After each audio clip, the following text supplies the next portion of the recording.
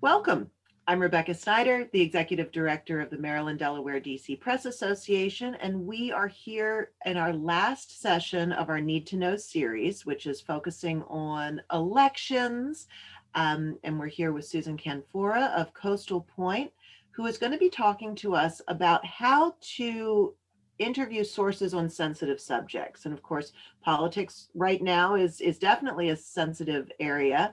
But there's so many times that reporters come in contact with people on maybe their worst days, or a time that it feels invasive to reach out to them. And so she's going to provide us some tips and tricks on how to navigate those situations. As I said, we are recording this session. I will handle the chat function. So if you have questions, feel free to pop in to Susan if you like, or you can put it in the chat and I will discreetly bring up your question at an appropriate point. So with no further ado, hi Christine, we will turn it over to Susan and let you get started. Thank you, Rebecca, and good morning. It's a pleasure to be here. I think Rebecca saved the best for last, since this is the final session. We're going to talk a little bit this morning about how to handle sensitive interviews and how difficult they are, and the best way to keep your ethics and your dignity about you while you have to talk to people who maybe just had a child die, or someone who has been shot or killed, and the good that can come from doing these interviews. You know, if you do have a shooting, for example, maybe the interview could lead to better gun control or better gun laws. So there's always some good that can come from every interview. And these are particularly hard to do, but good can come from them. So I wanted to make that clear at first. And I also want to say, if you have a question or a comment, please jump in. You don't have to wait. I'd like to keep it as casual and conversational as we can. As I think back over my career as a journalist, and I've been in this business 40 years, and yes, I did start when I was 3, I've had to do quite a few sensitive interviews. One that comes to mind was in the mid-'80s, when a woman in her 60s, I'd say, in Berlin, Maryland, and I was working for a daily covering that area at that time, and a woman disappeared. She was in her 60s, she went to the grocery store, and she just disappeared. Her groceries were in the front seat of the car was in the parking lot at the grocery store, and the woman was nowhere to be found. So I did a little research and talked to some of the shopkeepers. I talked to the manager of Food Line and a few other people, and nobody knew anything. Nobody had heard anything. This woman just mysteriously was gone. She just vanished. I talked to the state police, and the state police said, sometimes people want to disappear. I didn't think that was the case in this particular case. So I went back to the Food Line parking lot, and she had about 7 or 8 brothers and sisters, and they were all gathered there in the parking lot, and they told me they were going to walk from Ocean City about, I'd say 25 miles west to Salisbury, Maryland, and then another 20 miles south to Pocomoke City. And they were going to look at every dumpster, under every piece of cardboard, behind every tree, and they were going to find this woman if she was dead or alive. With them was her son-in-law, who, unbeknownst to all of us at the time, had killed her. He had hit her in the head with a hammer. He killed her. He buried her body under the barn floor of the farm where they lived in Libertytown, Maryland, near Berlin. And he was with them with big crocodile tears in his eyes, pretending that he was just as upset about her disappearance as the family was, when really he was the one who killed her. I didn't know that at the time. I thought I was interviewing him in a sensitive interview, and I was at that time, but I was particularly interested in talking to her family. So what do you say to 5 or 6 brothers and sisters, probably ranging in age from 45 to 65? What do you say to them? How do you approach them when they're scared to death? This woman could have been kidnapped. She could have, had a horrible accident. Her body could be anywhere. So what I said to them was, I have a heart too. I have a family too. I'm really, really sorry. And I hope that you'll feel comfortable enough with me to talk to me about this situation, because it's hard. It's hard for you. But I want to get it in the paper for a lot of reasons. First of all, because people knew her. They care about her. They want to know where she is and if she's okay. And if anybody has her, say she was kidnapped, provide as much information as possible to give to the police. So as it turned out, they did not find the body. The body was under the barn, as I said, under the barn floor. and I was able to interview them over the years. But I built such trust with them that they called me back several times over the years and gave me updates. And the way to do it, I think, is to show people that we have a heart just like they do. And I think the sensitivity is more important than anything else, while maintaining the ethics of journalism and getting the story. No matter what, we get the story. No matter what, no matter how difficult it is to pick up that phone and make that call, we get the story. People want to know, and people have a right to know. And that's what we are here for. I've been assigned to interview the parents of a little boy who was hit by a bus, and his body was still under the bus. When the police arrived to identify the body, they couldn't move the bus. I guess for police forensics, they had to leave the body there. I had to go and talk to that grandmother. I've been assigned to talk to the survivor of a person who drowned in the bay. I have been talked to the family of children, little toddlers who were killed in the house fires, and it's always difficult. One of the most difficult ones was the wife of a Maryland delegate who died right on deadline. I was working on a Saturday night, and the funeral director called me and said, Mark Pilcher died. He was a very well-known, well-loved, well-respected Maryland delegate. And I told the editor, you're going to have to tear apart the front page. Mark Pilcher just died. And of course, he said to me, call his wife. Mark Pilcher's body was still in the house. It wasn't even warm yet. I mean, it was still warm, I'm sorry. The funeral director hadn't come to pick up the body yet. We had no time. I had to call his widow right on deadline. So I picked up the phone, and what did I say to her? What would you say to her? This woman is, they knew he was dying. He had cancer, but she's devastated. She lost her husband of 50 some years. They had children. They had grandchildren. So she answered the phone, thankfully. And I said, Mrs. Pilcher, this is Susan Canfora. I just heard that Delegate Pilcher died. I'm so sorry. I lost my own father, and I know what it's like, and I'm really sorry. I know your heart is broken. And she said, I understand completely, Susan. I know you need a quote. Thank God. She was very understanding, very, very willing to talk to me. And I asked her questions like, not only what kind of a father was he, what kind of a husband was he, but who was he? What were the details about him? What did he eat for breakfast? Did he have a dog? What was his favorite necktie to wear? And that way, not only did we paint a picture of Mark Pilcher and honor him with this article, but we gave the reader the kind of detail that painted a portrait of this man. And you always want to give the reader as much detail as possible. You always want to set yourself and your publication apart from other publications by writing about what nobody else thought to ask, what nobody else thought to write about. And even in a situation like this. So we were able to write that article and able to honor him. We got it on the front page in Sunday's paper. And as it turned out, his wife was appointed to take his place, to fill out his term as delegate. If I remember correctly, she ran again and was reelected. So that one worked out very well.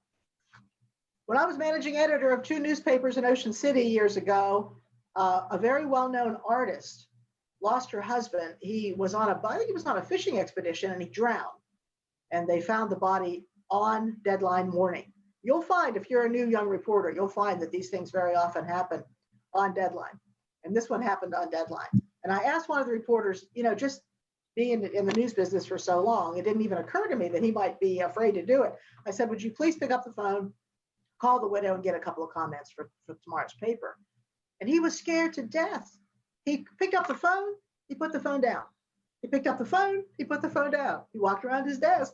He came back, he picked up the phone. I said, what are you doing? We're on deadline. We gotta get tomorrow's paper out. His hand was shaking. His hand was literally shaking. I said, what's wrong? He said, I can't talk to her. The husband just died. I can't pick up the phone and talk to a widow. What am I supposed to say?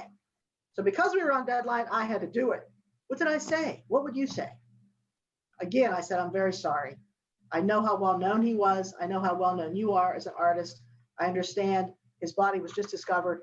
And I hate to have to ask you a question like this at this time, but could you please tell me a little bit about him? And again, I think because I was kind and I wasn't pushing her, I was compassionate, she was very willing to do that.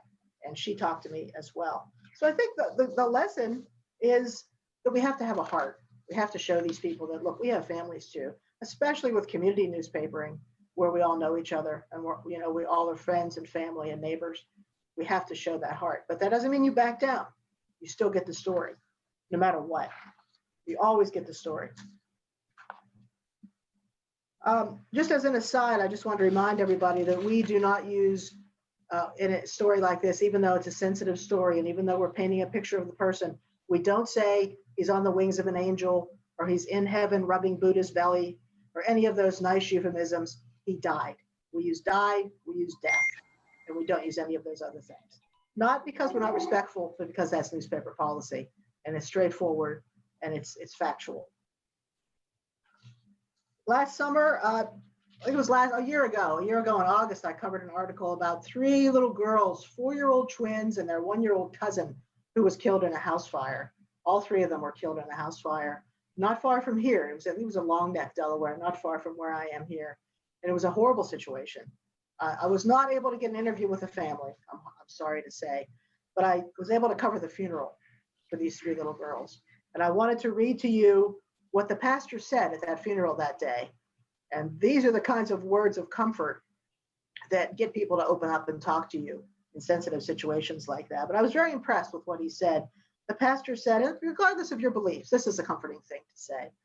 He said, on that day, the children were not alone, but God sent angels to retrieve them. When this happened, Jesus stood up and he sent his angels forth. And I thought that was such a polite and kind thing to say, to give those parents and those aunts and uncles some comfort.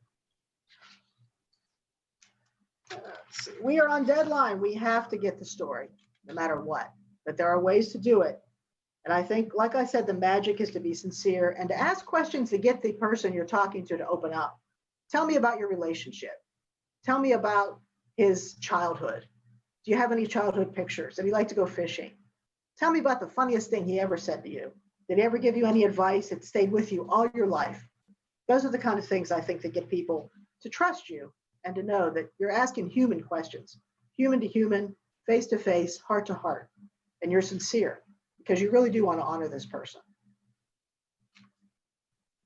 One article on the Pointer website that I read had ideas about how to interview people who have been traumatized, maybe sexually traumatized, maybe traumatized with drug abuse or kidnapping. When they're the victim.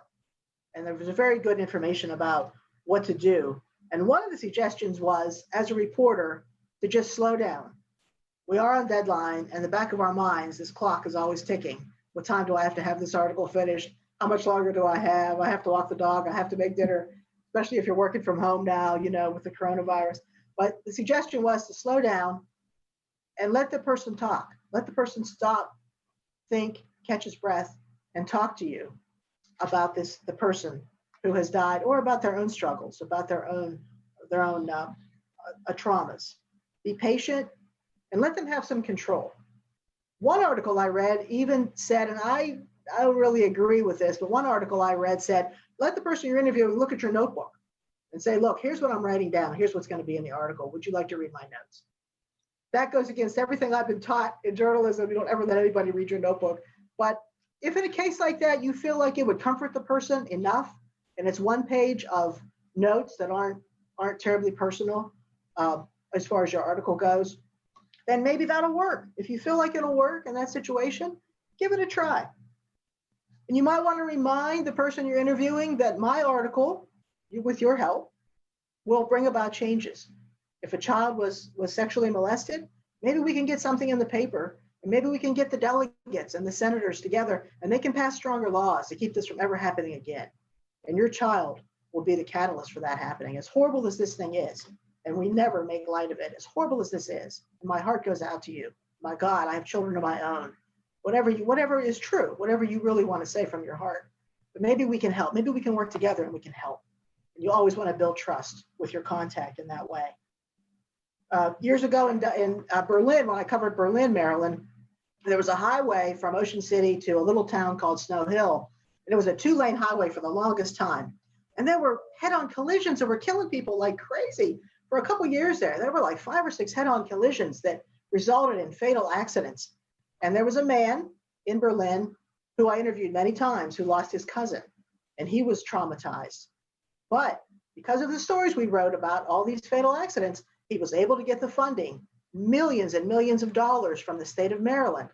He was able to get the funding to have that highway dualized. And it's now a 4-lane highway all the way from Berlin to Snow Hill. So don't ever discount the power of a well-written article. There was another pointer article I read online that suggested if you can't get an interview with somebody who has a sensitive situation or has been traumatized, and you try everything and they just don't want to talk to, they don't want to talk to the press, they don't trust the press, try to separate yourself from the other reporters. Separate yourself from the pack is the way the Poynter Institute put it. So one of the examples in that article was that a reporter there was a baby in his father's arms, and there was a drive-by shooting and the baby was killed, and while the father was holding the baby. The father was so devastated that he wouldn't talk to anybody in the media. And all the reporters were gathered outside the hospital, just hordes of them. And of course, the father's going to look out there and probably be just horrified. Get these people away from me. My baby just died. So what the reporter did was she left that pack and she went and talked to his pastor. And she said, I know you're praying for him. I know you're praying for the family. And again, my heart goes out to this guy. My God, he probably feels so guilty, so responsible for this baby's death. Maybe you can talk to him because I really want to write an article that's going to bring change and it's really going to honor this child, honor this family. And the pastor saw her sincerity and he went to the father and said, would you please talk to this reporter? I think she's okay. And he did. So it was a good idea and she got the story. That was from an article called 10 Ways to Get Traumatized Sources from Poynter, if you'd like to look it up. And it says things like, give the interviewee time to breathe. Let her pause. Let her think about what she wants to say.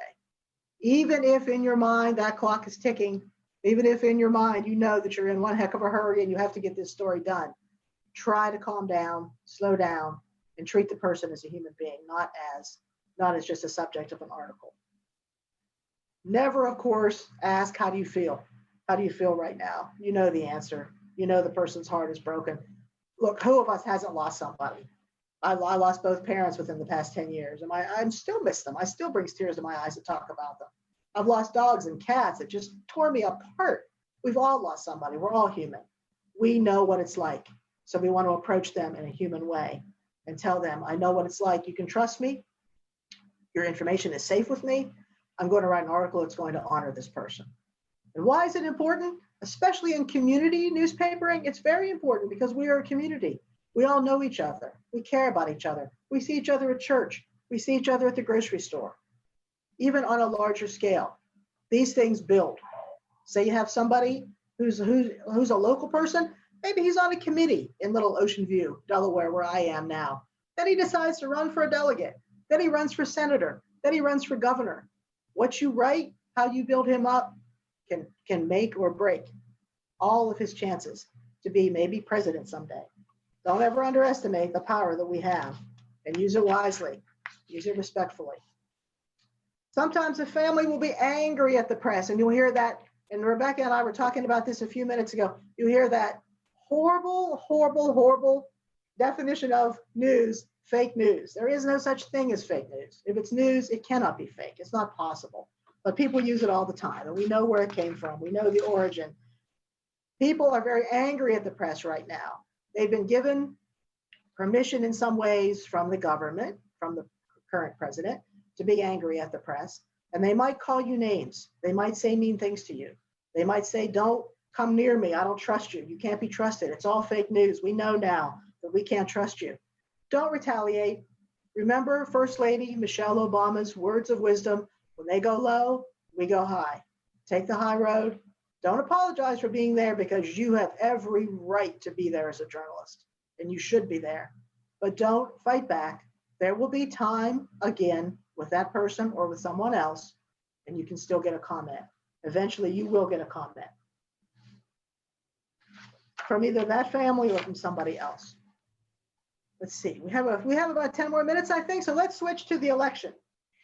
What kind of sensitive issues are going to come up at election season? Well, we know there's going to be, because there has been all during the election season, we know there's going to be hate speech, what the Poynter Institute calls hate speech. And one article I read, on the International Foundation for Electoral Systems, there was a really good article about training for journalists. And the training was to strengthen their knowledge of the electoral process. And this training taught them accurate reporting. One of the things they talked about was hate speech. And they found that if they understood what hate speech was, they could look at it in a different way, and they could tackle it as a sensitive interview. So be careful, because you're probably going to come across a lot of hate speech if you're covering the elections. Even on a local platform, you'll probably still come across a lot of hate speech. Stay objective, stay professional, stay ethical.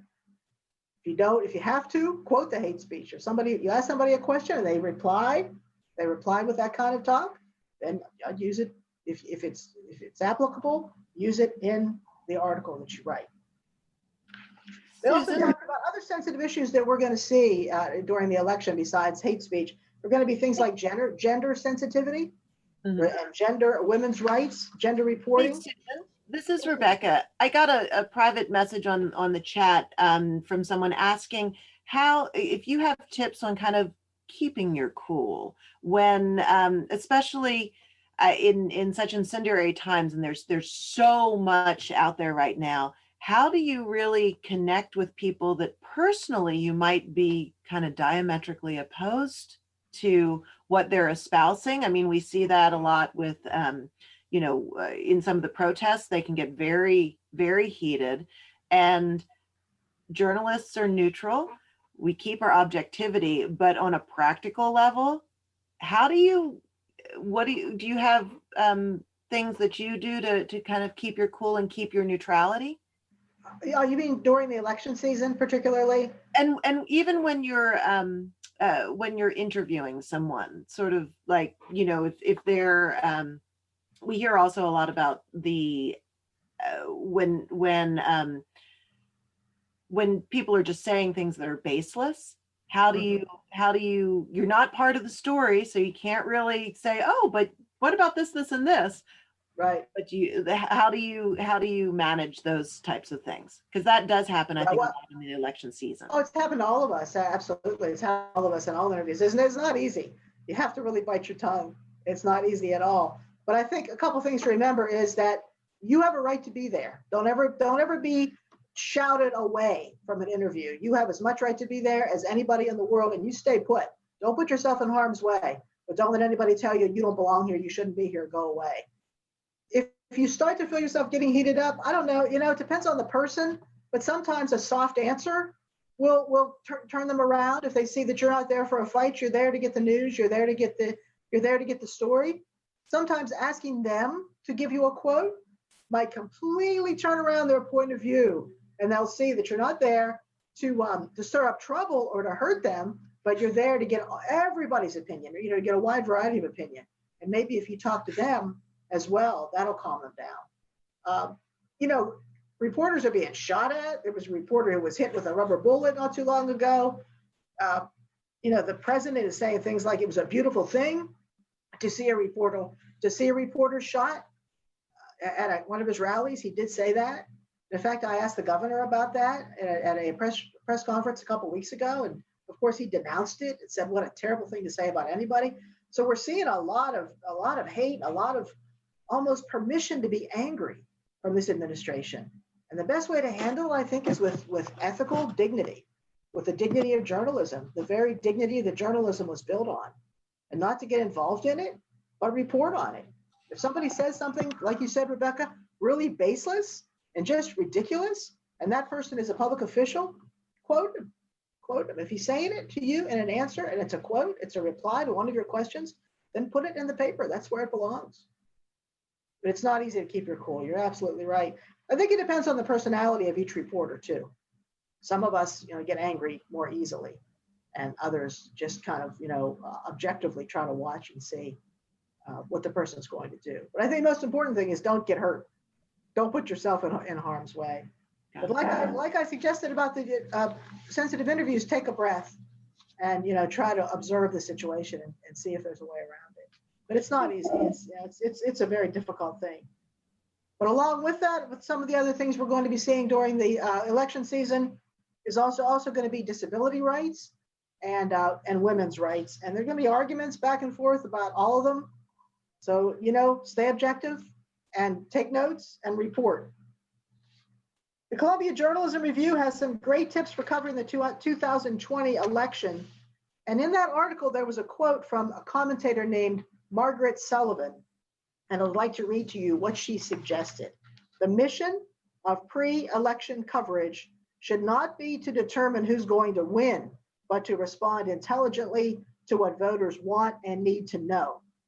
It's so simple, it seems absurd. The reality is so far from it. So I think that's a good thing to remember, not to get caught up in the hate speech as much as in the issues. What do the voters want to know? What's going to happen? What's going to happen with taxes, with schools, with the coronavirus, with the vaccine? What's going to happen in our everyday lives? We try to answer those questions for the readers. Another article on the PolyFact website hit the proverbial nail on the head with these words about election night 2000. And this is a quote from the PolyFact, POLIFACT, the PolyFact website. Whether it's orderly or whether it proves to be the weirdest election night ever, it is certain to be this, historic. This is some good information in that article, and it talks about what experts are concerned about when they cover the election. Journalistic experts are concerned about these things when they cover the election this year. That Americans might lose their patience and start to trust misinformation instead of your credible reporting. That somebody might hack the election infrastructure in a key state. Experts are worried that the election might come down to one state and that it's close enough to prompt a recount, which in turn will trigger a fierce legal battle. I think we can expect to see that. I think we will see some legal battles with this election, with the presidential election. That a person with nefarious motives might go to the polling place, stand in a long line, and start to cough all over everybody and tell them he or she has the coronavirus to get people to get out of line and not vote. These are some predictions that experts are making. These are some things we might see in elections, and they're things for us to watch for too, as we write side articles, and not just about who wins the election, but about how we actually cover the election. So journalists have to be open to all different scenarios on election night. And one more, Kyle Pope in a CJR article wrote, and this is also a quote that you might like, "We now know the contours of what went wrong in the 2016 election. Reporters focused too much on personality and polling when they should have paid more attention to issues that mattered to the voters. And the problem was they let Donald Trump dominate the coverage to the detriment of other more serious candidates, both Democrats and Republicans. And when it was all over, they blamed Facebook, they blamed Twitter, and they blamed Russia for skewing the campaign. And they neglected their own failure to analyze the issues that merited attention. We don't want that to happen again." And Kyle Pope, who said that, said, "This election is going to be one hell of a story on the local level as well as on the national level. American elections," he said, "are glorious things, as cheerleady as it sounds and as flawed as they are. We get the opportunity as a nation to reinvent ourselves every 4 years. The same holds true for our journalistic profession. The last time," he said, "journalists screwed up when they covered the elections. Now we have the chance to make it right. Embrace the opportunity. This is an epic story, one of the most important of our lifetimes. We're lucky to be able to tell it." So that's my advice. If anybody has any questions or suggestions or input, I'd love to hear what you have to say.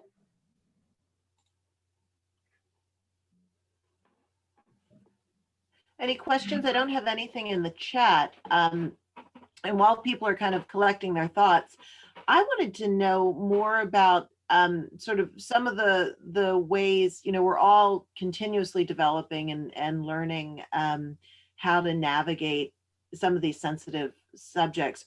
Where do you feel like you need some more support, or how do you think you could continue to develop? Like what do you need to be able to feel like, yes, I've really done this well, and I've supported this source, but also gotten what I need, and was a good soldier for journalism. So where do you think You mean the training? You mean how to build that confidence to conduct a sensitive interview? Yeah, I think it's we were talking earlier that it's not something that you have to on the job train for it, but you're dealing with real people. So Yeah.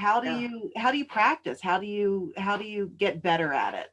Well, I think building your own personal self-confidence is one way to get better at it. But something else that might help, in newsrooms are busy places and people don't have a lot of extra time. But if it's possible to have little scenarios and like little workshops, little miniature workshops in the newsroom, where one of the reporters pretends that he just lost his child and the reporter comes over and asks some questions. Two reporters working together could help each other, encourage each other, teach each other. A lot of it is on the job training. I know the first time I had to interview somebody, I was scared to death. But I think you build confidence as you do it, but you can also help each other and teach each other. There are so many websites now and podcasts and articles that help teach that weren't around when I started in journalism. There was no internet there was no email, there were no podcasts. Now there's much more information for younger reporters. But I think helping each other, training each other, talking to people like our publisher, Susan Lyons, who's with us today. She's seen it all by now, asking her, how do I handle this? I'm really scared.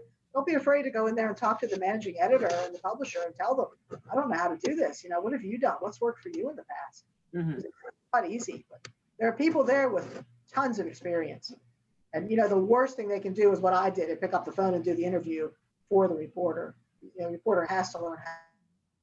Susan Lyons, do you have any suggestions of how you've taught reporters to handle these things?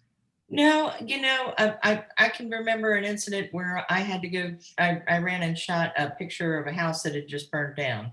And I was shooting that and the owner of the house saw me and he came storming over and just was so livid. And he's like, "What are you doing? What are you doing?" And I said, "I'm sorry, I'm here from the coastal point to take a picture." Well, that just made him angrier, and I kept apologizing to him. And I just said, "I'm really sorry that this happened." And, the fire company was like getting there. The place was there was nothing left. There was No, nothing. man. And we just kept talking. And as we kept talking, he got calmed down. And he said, and in the end, I said, I don't have a problem not shooting this if you don't want me to. And he said, "No, I'm fine with it." And as I talked, and we just had the conversation, and as we had the conversation, he calmed down. But that was the first thing he thought. Here's the cruddy reporter Yeah. coming to take advantage of a terrible situation. I think when they see you as a human with a heart, it helps if you can represent yourself as somebody who cares right off the bat. And like Right. you said, you tell them, so sorry, God, this is horrible. What a terrible thing to happen. Imagine not being able to go home to your house tonight.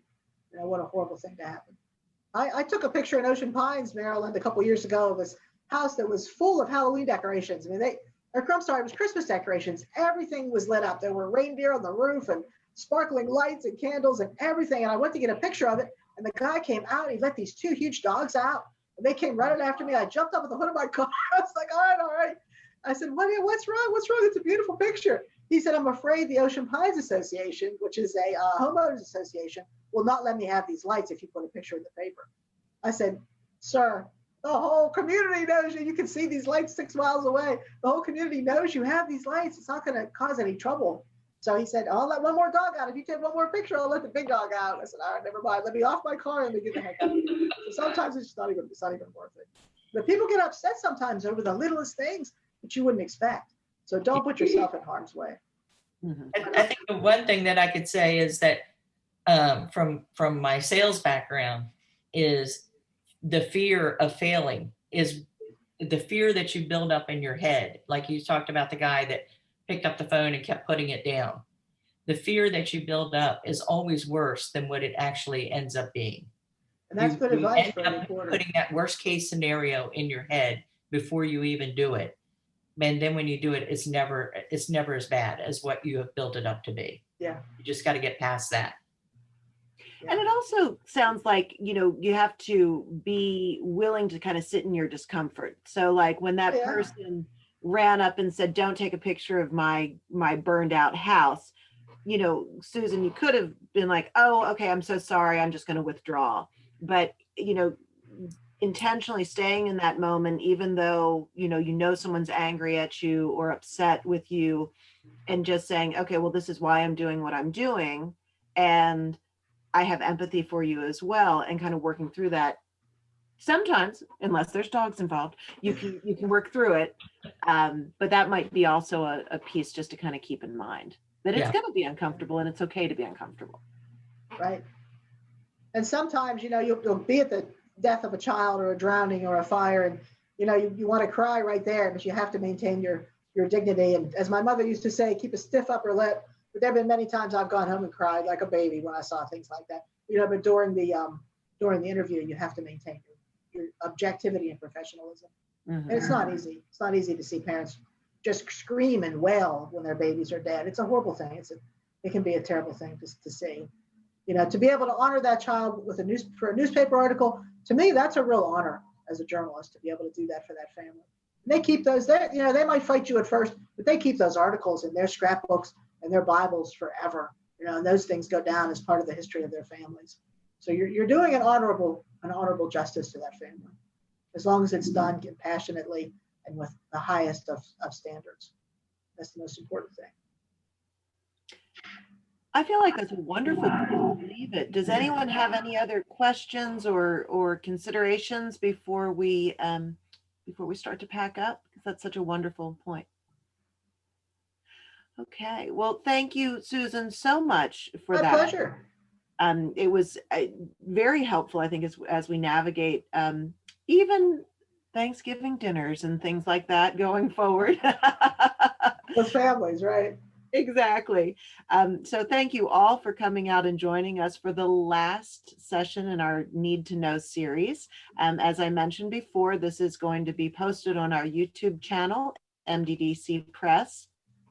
And I will share a link with all participants, but you can look at the other sessions in this series. This has been our 5th one, and they're chock full of good tips and discussions about how to navigate things like trusting in coverage, making sense of polls, as well as interviewing sensitive subjects and others. So I welcome you to take a look at that. And